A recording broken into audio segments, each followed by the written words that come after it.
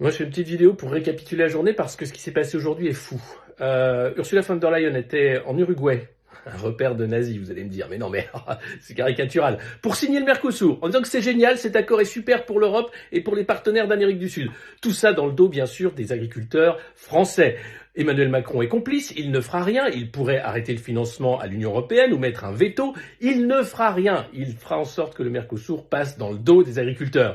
Dans le même temps, la Cour constitutionnelle de la Roumanie a annulé le premier tour des élections présidentielles parce que le candidat arrivé en tête, Călin Georgescu, il sortait de nulle part, c'est un candidat dit populiste, et figurez-vous qu'il est contre l'OTAN et contre l'Union européenne. Alors là, ni une ni deux, les États-Unis ont menacé, et puis ils ont regardé, attention, c'est la faute à TikTok, nous dit l'Union européenne, et évidemment, les ingérences russes. Mais quand c'est les Américains qui mettent leur nez dans les élections, ça va très bien. La preuve, en Géorgie, avec la présidente, une ancienne diplomate française qui reste au pouvoir et qui décide que l'avenir de la Géorgie est en Europe. Il n'y a pas à demander aux Géorgiens, c'est comme ça et puis c'est tout. Je ne sais pas si vous vous rendez compte du coup d'État qui est en train de se passer. Je ne parle pas de Macron, on est habitué, mais il va falloir sérieusement penser au Frexit, sérieusement penser aussi à reprendre le pouvoir parce que l'idéologie mondialiste telle qu'elle est aujourd'hui, eh bien, elle est un danger pour nos démocraties.